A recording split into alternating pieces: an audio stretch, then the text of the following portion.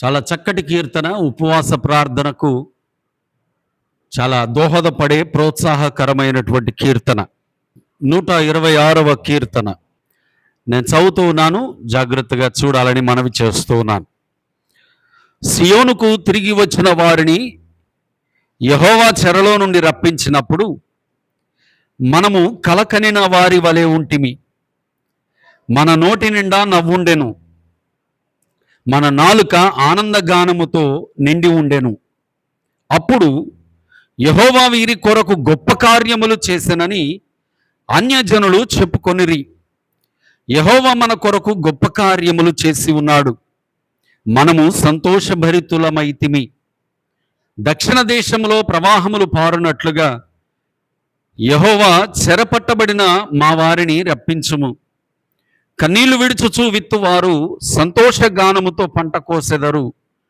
పిడికెడు విత్తనములు చేత పట్టుకొని ఏడ్చుచూ పోవు విత్తువాడు సంతోషగానము చేయుచు పనలు మోసుకొని వచ్చును. దేవుడు ఈ లేఖన భాగములలో నుండి మనతో మాట్లాడునుగాక. ప్రార్థన చేసుకుందాం ప్రియులరా. చిన్న మాట ప్రార్థన చేద్దాం, దయచేసి ఏకీభవించండి.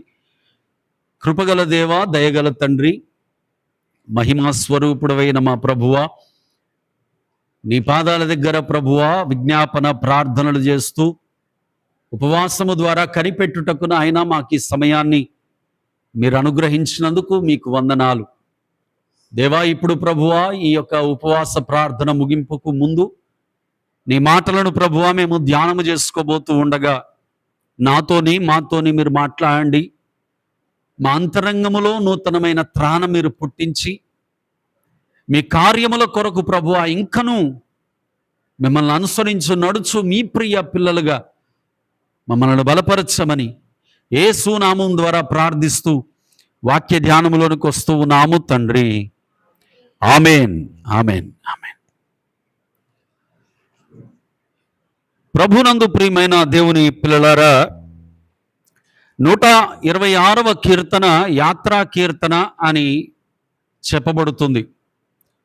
యాత్రా కీర్తన అంటే జీవిత ప్రయాణములో ఎదుర్కొంటున్నటువంటి అనుభవాలలో నుండి రాస్తున్నటువంటి కీర్తన అని అర్థం. అనుభవాలలో నుండి పాడుతున్న పాట అని అర్థం. అనుభవ జ్ఞానానికి థియరీ జ్ఞానానికి చాలా తేడా ఉంటుంది. అనుభవ జ్ఞానం అచంచలమైనటువంటి తెలివిని నేర్పిస్తుంది. థియరీ జ్ఞానం కాలక్రమేణా కనుమరుగైపోతుంది. అంటే పుస్తకాల ద్వారానో లేక వినడము ద్వారానో దాని ద్వారానో దీని ద్వారానో మనం నేర్చుకునేది కాలక్రమేణా తరిగిపోతుంది. కానీ అనుభవాలలో నుండి నేర్చుకున్నది ఏదైనా జీవితకాలం నిలబడుతుంది, తరతరాలకు అది ఉపయోగపడుతుంది. దేవునికి మహిమ కలుగునుగాక. హల్లెలూయా. ప్రియులారా, ఈ కీర్తన కూడా అలాంటిదే. ఒక అనుభవం, చూసిన అనుభవం, అనుభవించిన అనుభవం, సంతోషించిన అనుభవం. ఈ అనుభవం అంతటికి కారణం దేవుడు, ప్రభువైన యేసుక్రీస్తు. ఆయన విశ్వాసానికి కర్త. ఆయన చేయలేని కార్యం అంటూ ఏదీ లేదు. తన పిల్లలైన వారి పట్ల ఆయన ఏదైనా జరిగించగలిగిన దేవుడు. కాబట్టి ఇప్పుడు దేవుడు కార్యము చేశాడు అనేది వివరిస్తున్నాడు భక్తుడు. అయితే ఎలాంటి పరిస్థితుల్లో కార్యము చేశాడు అనగా, చెరలో ఉన్నప్పుడు దేవుడు కార్యం చేస్తున్నాడు. దేవునికి మహిమ కలుగునుగాక. హల్లెలూయా. చెరలో ఉన్నప్పుడు కార్యం చేస్తున్నాడు. చూడండి, వైద్యుడు ఎవరికి అవసరము? రోగికే వైద్యుడు అవసరం. యేసయ్యే స్పష్టంగా చెప్పిన సంగతి. రోగులకే వైద్యుడు అవసరం. అలాగే ఎవరిలో విశ్వాసం ఉండాలి? ఎవరు ఎక్కువగా యేసుక్రీస్తును ఆశ్రయిస్తారు? ఇంకా స్పష్టంగా ఖచ్చితంగా మాట్లాడాలి అంటే, ఎవరు ఎక్కువగా ప్రార్థన చేయాలి? ఎవరు ఎక్కువగా ఉపవాసం ఉండడానికి ప్రయత్నం చేయాలి? ఎవరు ఎక్కువ దేవుని పాదాల దగ్గర కనిపెట్టుకోవాలి అంటే, ఎవరైతే చెర వంటి అనుభవాలలో మగ్గిపోతూ ఉన్నారో, దీని నుండి నేను విడుదల పొందాలి, కానీ ఏం చేస్తే విడుదల పొందుతానో నాకు అర్థం కావట్లేదు, అసలు ప్రయత్నం చేసినా విడుదల దొరుకుతుందో లేదో అనే ఆ సంక్షోభం, ఆ కన్ఫ్యూజన్, ఆ బంధకం, కలిగినప్పుడు ఎక్కువ మనం ప్రార్థన చేసేవారం అవ్వాలి ప్రియులరు.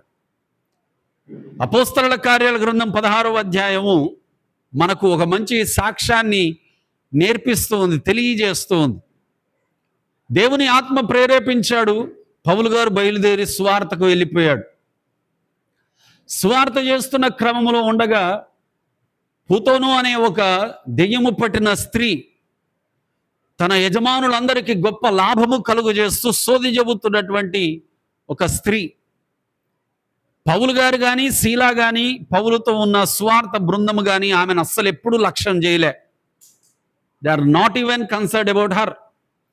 కానీ ప్రతిరోజు ఆమెంతటా ఆమె పౌలు గారి వెంట, శీలా వెంట, బృందం వెంట వచ్చుకుంటూ వీరు జీవము గల దేవుని సేవకులు, వీరి మాట మీరు వినాలి అని ప్రతిరోజు పౌలు గారి వెంటబడుతూ ప్రజలందరికీ ఆమె గట్టిగా చెబుతూ వచ్చింది. వీరు జీవము గల దేవుని సేవకులు కాబట్టి మీరు వీరి మాట వినాలి అని సోది చెప్పి ఆమె ప్రతిరోజు చెబుతూ వచ్చింది. వాస్తవానికి అది చాలా మంచి మాట. దెయ్యమే ఫలానా వ్యక్తి గురించి ఇతడు జీవము గల దేవుని సేవకుడు అని చెబుతుంది అంటే ఆ సేవకుడు ఎంత గొప్పవాడో, ఆ సేవ ఎంత గొప్పదో. ఇదే అపోస్తలుల కార్యాల గ్రంథంలో ఒక సేవకుని కొడుకులు, సేవకుని కుమారులు ఒకళ్ళకు దెయ్యం పడితే దెయ్యాన్ని వెళ్ళగొట్టాలి అని చెప్పి బయలుదేరి వచ్చారు. దెయ్యాన్ని వెళ్ళగొట్టడానికి గాను వాళ్ళు యేసయ్య పేరు వాడుతున్నారు, పౌలు గారి పేరు వాడుతున్నారు, ఆ సేవకుల పేరు వాడుతున్నారు, ఈ సేవకుల పేరు వాడుతున్నారు, కానీ ఆ దెయ్యం పోట్లేదు. ఎవరి పేరు చెప్పినా ఆ దెయ్యం పోట్లేదు. చివరికి విసిగిపోయిన దెయ్యం అంటది, ఆ యేసెవరో నాకు తెలుసు, ఆ పౌలు ఎవరో కూడా నాకు తెలుసు, ఇంతకు అసలు మీరెవర్రా అని చెప్పి వాళ్ళ మీద పడి వాళ్ళను కొడితే బట్టలున్నాయో లేవో కూడా చూసుకోకుండా చిరిగిపోయిన బట్టలతో పారిపోయారట ప్రియులారా. అంటే అంత తీవ్రమైనటువంటి పరిస్థితి వాళ్ళకి ఏర్పడింది. ఎందుకు అంటే దెయ్యము వారిని అలాగా కొట్టింది. ఇప్పుడు పౌలు శీలా గురించి అలాగ కాదు, చాలా మంచి సాక్ష్యం, వీళ్ళు చాలా గొప్ప సేవకులనే సాక్ష్యం. అలాంటి సాక్ష్యం వినబడుతున్న పౌలు విసిగిపోయి వెనక్కి తిరిగి అన్నాడు, నజరేయుడైన యేసు నామములో పూతోను అనే దెయ్యమా, ఆమెలో నుండి వెళ్ళిపోమని నేను ఆజ్ఞాపిస్తున్నాను అనగానే అది వెళ్ళిపోయింది. ఆ దెయ్యం పారిపోయింది. ఇప్పుడు ఈమె సోది చెప్పట్లేదు. యజమానులు చూశారు, గ్రహించారు, అసలు ఈమెకి ఏం జరిగింది, దెయ్యం వెళ్ళిపోయింది. ఇప్పుడు వచ్చే వాళ్ళందరికీ ఏమీ జరగట్లేదు కాబట్టి లాభం ఆగిపోయింది, డబ్బులు ఆగిపోయింది, రెవెన్యూ ఆగిపోయింది. ఎవరి వలన ఇదంతా అంటే పౌలు శీల వలన. పౌలు శీలను పట్టుకున్నారు, తీసుకొచ్చి స్తంభానికి కట్టేశారు, బెత్తాలతో ఇష్టం వచ్చినట్టు కొట్టారు. ఒళ్ళంతా గాయాలు అయిపోయాయి, రక్తాలు గారుతున్నాయి, బట్టలు చిరిగిపోయాయి. అలాగే ఉన్నటువంటి వారిని తీసుకెళ్లి చెరసాలలో వేసే ముందు వారి మెడలకు బలంగా గొలుసులు కట్టి, బొండ్లు కట్టి, కనీసం వాళ్ళు నడుము కూడా పైకెత్తడానికి వీలు లేకుండా వారిని బంధించి చెరసాలలో పడేశారు. బంధకం బిగుసుకుంది ప్రియులరా. చెరసాల తలుపులు వేయబడ్డాయి, చీకటిలోనికి నెట్టివేయబడ్డారు. పలకరించే మనిషి లేడు, పట్టించుకునే నాదుడు లేడు, గాయాలకు నూనె రాయడానికి కనీసం నానుకునే వారెవరూ లేరు.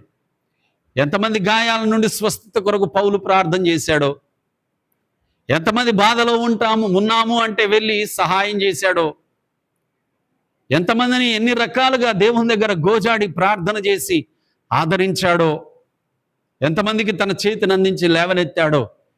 కానీ తన యొక్క ఆ భయంకరమైనటువంటి బంధకములో నా అనుకోవడానికి ఎవరూ లేరు. ఆదరణ కోసం ఎవరు లేరు, సంతోషం కోసం ఎవరు లేరు. చీకటిలో ఉన్నాడు, బంధించబడిన వానిగా ఉన్నాడు, చెరసాలలో ఉన్నాడు, ఖైదీల మధ్యలో ఒక ఖైదీలాగా ఎంచబడ్డాడు. బంధకం బిగుసుకుంది, చీకట్లో ఉన్నాడు. ఇప్పుడు పౌలు శీల ఇద్దరు కలిసి ముందు పాటలు పాడడం మొదలుపెట్టారు. దేవునికి మహిమ కలుగునుగాక, హల్లెలూయా. పాటలు పాడడం మొదలుపెట్టారు. పాటలు పాడుతున్న వాళ్ళు అక్కడితో ఆగలేదు, గట్టి గట్టిగా ప్రార్థనలు చేయడం మొదలుపెట్టారు. ప్రియులారా, ఇదిగో చెరలో ఉన్నప్పుడు దేవుడు వారి ప్రార్థన ఆలకించాడట. అందుకే చివరి వచనాలలో అనగా 3వ వచనము నుండి ఈ విధంగా భక్తుడు పాడుతూ ఉన్నాడు ప్రియులారా. 126వ కీర్తన 3వ వచనం. యెహోవా మన కొరకు గొప్ప కార్యములు చేసి ఉన్నాడు, మనము సంతోషభరితులమైతిమి. తర్వాత వచనమే ఈ విధంగా మాట్లాడుతూ ఉంది. దక్షిణ దేశములో ప్రవాహములు పారునట్లుగా యెహోవా చెరపట్టబడిన మా వారిని రప్పించుము. అదేంటి మరి? మొదటి 2 వచనాలేమో సంతోషము అన్నాడు, నవ్వన్నాడు, కలకనిన వారి వలె ఉన్నాము అన్నాడు. యెహోవా మా కొరకు గొప్ప కార్యములు చేసి ఉన్నారు అన్నాడు. కానీ 4వ వచనానికి వచ్చేసరికి దేవా చెరలో ఉన్న మా వారిని రప్పించుము అని ప్రార్థన చేస్తున్నాడు. అంటే ప్రియులరా, ప్రతి క్రైస్తవ విశ్వాసి యొక్క జీవితం, మనుషులందరి జీవితం కూడా ప్రతిరోజు ఒక చెర అనుభవం గుండా నడుస్తూనే ఉంటుంది. అంటే ప్రార్థన చేయాల్సిన అవసరం ఉంటుంది, దేవుని దగ్గర కనిపెట్టాల్సిన అవసరం ఉంటుంది, ప్రభు యేసుక్రీస్తు పైన ఆధారపడాల్సిన అవసరం ఉంటుంది. ఈరోజు మంచిగా అయింది కదా కాబట్టి రేపు కూడా ఇలాగే ఉంటుందేమో అనుకోవడానికి లేదు. రేపేం జరగబోతుందో మనకు తెలియదు. అందుకే యేసయ్య అన్నాడు, ఏనాటి మేలు ఆనాటికి చాలు అనలేదు ఆయన. ఏమన్నాడు? ఏనాటి కీడు ఆనాటికే చాలు. ఈరోజు నీవు ఆదరణలో ఉన్నావు, సమాధానంలో ఉన్నావు, విడుదల పొందిన వ్యక్తిగా ఉన్నావు, రాత్రి ప్రార్థన చేసావు, ఈరోజంతా సంతోషంగా గడిచిపోయింది, దేవుడు అద్భుతం చేశాడు. మరి రేపో మళ్ళీ రేపటి కొరకు నువ్వు ఈరోజే ప్రార్థన చేయగలిగిన వ్యక్తి అవ్వాలి. అంటే ప్రార్థన అనేది అనుదిన దినచర్య. ప్రార్థన అనేది ఏదో ఒక పూటకు పరిమితమైందో, ఒక రోజుకు పరిమితమైందో కాదు ప్రియులారా. అది ప్రతిరోజు మనల్ని నూతన పరిచగలిగినది, నూతన పరిచేది. అది ప్రతిరోజు మనము అవలంబించాల్సింది, ఫాలో అవ్వాల్సింది ప్రార్థన. అది ఏ సమయమైనా కానీ, ఏ పరిస్థితి అయినా కానీ నువ్వు ప్రార్థన విడిచిపెట్టద్దు. అందుకే తర్వాత వచనాల్లో 4వ వచనం తర్వాత ఈ విధంగా తెలియజేస్తూ ఉంది వాక్యం. కన్నీళ్లు విడుచుచు విత్తువాడు సంతోష గానముతో పంట కోసెదరు. కన్నీటితో పోవుచు విత్తువాడు సంతోషగానములతో పంట కోస్తారట. పిడికెడు విత్తనములు చేత పట్టుకొని ఏడ్చుచూ పోవు విత్తువాడు సంతోషగానము చేయుచు పనులు మోసుకొని వచ్చును. నా ప్రియ దేవుని పిల్లలారా, మనం చేసేటటువంటి ప్రార్థన ఒక పిడికెడు విత్తనములతో సమానం. మనము విత్తుతున్నటువంటిది ప్రార్థన అనే విత్తనం. అది కన్నీటితో, అది హృదయంలో భారముతో, అది దేవుని పైన ఆశతో, దేవుని అద్భుత కార్యముల కొరకైనటువంటి విశ్వాసముతో మనము విత్తుతున్నటువంటిది ప్రియులారా. దేవుని వాక్యం అంటుంది, కన్నీటితో విత్తుతూ పోవువాడు సంతోష గానములతో పంట కోస్తాడు. ఆ పంట ఏదో 1, 2 కాదట, పనలు కోసుకొని వస్తాడట. సంతోషగానంలో పనులు మోసుకొని వస్తాడు. అంటే మనం చేసేటటువంటి ప్రార్థన యొక్క విలువ, దానికి మన ప్రభువు ఇచ్చేటటువంటి ప్రతిఫలం, అది తరతరములకు ఉండేది అని అర్థం. యోసేపు పన నిలబడిందట. యోసేపు పన అంటే తెలుసు కదా, తెలుసా? పన అంటే ఏంటి? వరి తెలుసా? వరి సాగు చేస్తారా? వరి పంట పండిద్దా? పండిన పంటను కోస్తారా? కోసి కుప్పలేస్తారు, ఒక్కొక్క కుప్ప. ఎప్పుడైనా వరి చేలల్లో నుండి వెళ్తే చూడండి, ఎండాకాలంలో కోత కోసినప్పుడు కుప్పలేస్తారు. అవన్నీ కూడా కట్టలు కడతారు. ఒక్కొక్క కట్ట ఒక పన. అర్థమైంది ఇప్పుడు? ఒక్కొక్క కట్ట ఒక పన. యోసేపు యొక్క పన నిలబడిందట ప్రియులు. యోసేపు తరతరములకు ఆశీర్వదించబడిన వాడయ్యాడు. ఆమేన్. తరతరములకు ఆశీర్వదించబడిన వాడయ్యాడు. ఈరోజు మనం చేసే ప్రార్థనలు అది తరతరములకు ఆశీర్వాదకరంగా మారుతుంది. పౌలు శీల బంధకముల మధ్యలో ప్రార్థన చేశారు. అంత చీకటి మధ్యలో ప్రార్థన చేశారు. ఏం జరుగుతుందో ఎలాగ జరుగుతుందో అర్థం కాని పరిస్థితుల్లో కూడా ప్రార్థన చేశారు. జరిగిన కార్యం ఏంటి? ఎవరైతే చెరసాలలో వేశారో వాళ్ళే ఆ రోజు బాప్తిజమం పొందారు. దేవునికి మహిమ కలుగునుగాక. హల్లెలూయా. అద్భుతం, అద్భుతం జరిగింది. అది చెప్పుకోగలిగినటువంటి అద్భుతం, ఎవరు చెరపలేనటువంటి అద్భుతం, ఎవరు కాదనలేని అద్భుతం. ఈరోజు అలాంటి అద్భుతాలు ఎన్నో జరగాలి నీ జీవితంలో, కదా? ప్రతిరోజు ఒక అద్భుతం జరగాల, అది స్థిరమవ్వాలి. పేతురు యోహానులు మందిరంలోనికి వెళ్తూ ఉండగా పుట్టుకుంటేవాడు యాచించుకుంటూ ఉంటే వాడిని తేరి చూసి అన్నారు, నజరేయుడైన యేసు నామములో మాకున్నదే నీకు ఇస్తున్నాం, లేచి నడువు అనగానే వాడు నడవడం మొదలుపెట్టాడు. వాడు గంతులు వేసుకుంటూ దేవుని మందిరంలోనికి వచ్చాడు. అక్కడ ఉన్నటువంటి ప్రధాన యాజకులు, పెద్దలు అందరూ కలిసి ఆలోచన చేశారు, ఎలాగ వీళ్ళందరినీ ఆపాలి, ఎలాగ వీళ్ళను ఆటంకపరచాలి అని ఆలోచన చేశారు. కానీ వాళ్లకు కారణము దొరకలేదు. వాళ్ళు అనుకుంటారు, ఎవ్వరూ కాదనలేని ఒక కార్యము నజరేయుడైన యేసు నామములో వీళ్ళ ద్వారా జరిగింది, కాబట్టి వీళ్ళను మనం ఏమీ చేయలేం. ఎందుకు? ఎవరు కాదనలేని కార్యం జరిగింది. అలాంటి కార్యాలు మన జీవితంలో దేవుడు చేయగలడు.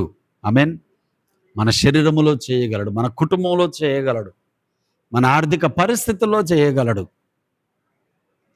అలా చేయగలడు గనుకనే మనము ఎల్లప్పుడూ కన్నీటితో విత్తువారమై ఉండాలి. దేవుని పాదాల దగ్గర ప్రార్థన చేసే వారమై ఉండాలి. అప్పుడు ప్రియులారా మనం చెబుతాం ఏమని? దేవుడు మా ప్రార్థన విన్నాడు, నిజంగా ఇది జరుగుతుందని మేము ఎప్పుడు అనుకోలేదు, కానీ మా యేసయ్య మాకు చేశాడు. ఆమేన్. మా యేసయ్య మాకు చేశాడు. మేము ఇప్పుడు సంతోషభరితులమయ్యాం. మా నోటి నిండా నవ్వు ఉంది, మాకు ముఖము నిండా సంతోషం ఉంది. మా యేసయ్య మీద ఇంకా మాకు విశ్వాసము ఎక్కువైంది.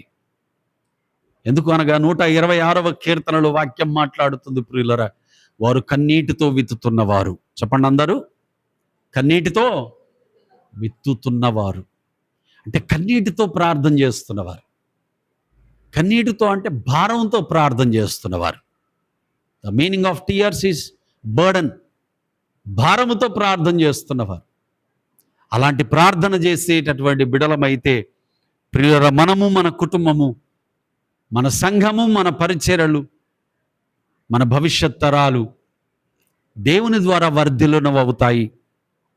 మనం ఆయన ఇచ్చేటటువంటి గొప్ప రక్షణానందాన్ని అనుభవించగలిగిన వారం అవుతాం. కనుక ఈరోజు ప్రభు మాట్లాడుతూ ఉన్నాడు, మనము సంతోషభరితులం అవ్వాలి. మా దేవుడు మాకు కార్యములు చేసెను, మేము సంతోషభరితులం అయితిమి అనే 3వ వచనములోని ఆ వాగ్దానం యేసు నామం ద్వారా మన జీవితంలో, కుటుంబంలో నెరవేరాలి. అలాగ నెరవేరాలి అంటే కన్నీటితో విత్తేవారం అవ్వాలి. దేవుడు అట్టి ప్రార్థనాత్మతో మనల్ని నింపి చెర నుండి విడుదల చేసి గొప్ప సంతోషము, పనులు మనకు కలుగజేయునుగాక. ఆమేన్. ప్రార్థన చేసుకుందాం ప్రియులారా. దయచేసి తలలు వంచండి. చిన్న ప్రార్థన చేసుకొని ఆశీర్వాదముతో మనం ముగించుకుందాం. ప్రియ సహోదరి, సహోదరుడా, ఈరోజు బంధకములు ఎక్కువ అవుతున్నప్పుడు, చీకటి అలుముకుంటున్నప్పుడు, ఓటమి ఎదురవుతున్నప్పుడు,